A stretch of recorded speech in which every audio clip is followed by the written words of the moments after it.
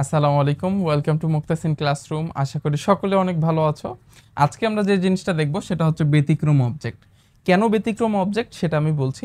আমরা কিন্তু সেন্টেন্সে যখন অ্যাক্টিভ থেকে প্যাসিভ করি তখন অবজেক্ট থেকে সাবজেক্ট আনি, আবার সাবজেক্ট থেকে অবজেক্ট তৈরি করি। কিন্তু কখনো সেন্টেন্সে যদি আমাদের হু সামনে পড়ে যায় তখন এটা আমরা কিভাবে ট্রিট করব, এটাই আজকে আমরা ক্লাসে দেখব।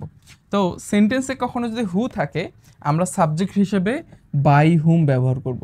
কি ব্যবহার করব? বাই হুম।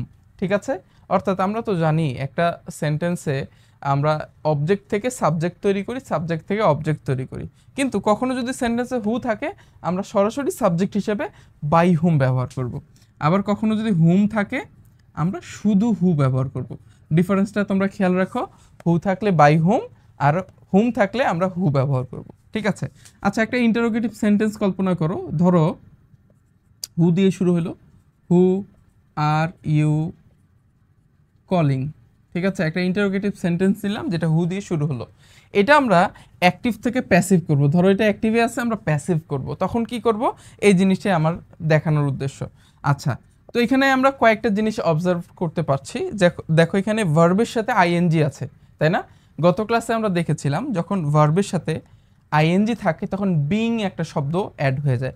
আবার বিং কখন কোথায় ব্যবহার হয় এই জিনিসগুলো কিন্তু আমরা শিখে এসেছি, তাহলে ওগুলো নিয়ে আমি বিস্তারিত বলছি না। আমরা বললাম হু থাকলে আমরা সাবজেক্ট হিসেবে সরাসরি হুম ব্যবহার করব। ঠিক আছে, তাহলে এটা হয়ে যাবে বাই হুম। স্ট্রাকচারটা তোমাদের খেয়াল আছে কিনা দেখো তো। আমাদের ছিল subject plus be verb V3 by plus object, এরকম একটা কিছু ছিল। Subject be verb V3 by object. এখন যখন এরকম একটা সেন্টেন্স আমাদের সামনে চলে আসবে যে হু দিয়ে শুরু হলো, তখন আমরা সাবজেক্ট হিসেবে সরাসরি বাই হুম ব্যবহার করে ফেলছি। কিন্তু যখন অবজেক্টের সময় আসবে যে আমরা অবজেক্ট ব্যবহার করব, তখন কিন্তু এখানে আর অবজেক্ট ব্যবহার হয় না। অর্থাৎ এই যে বাই এবং অবজেক্ট এই টার্মটা থাকেই না। ঠিক আছে, দেখো তাহলে ক্লিয়ার হবে। হু কি হয়ে যাবে? ইটস বিকাম বাই হুম। তাহলে আমরা লিখে দিই বাই হুম। আর ইউ এই জিনিসটা এইভাবে সেম থাকবে, আর ইউ, এতটুকু আমরা লিখলাম।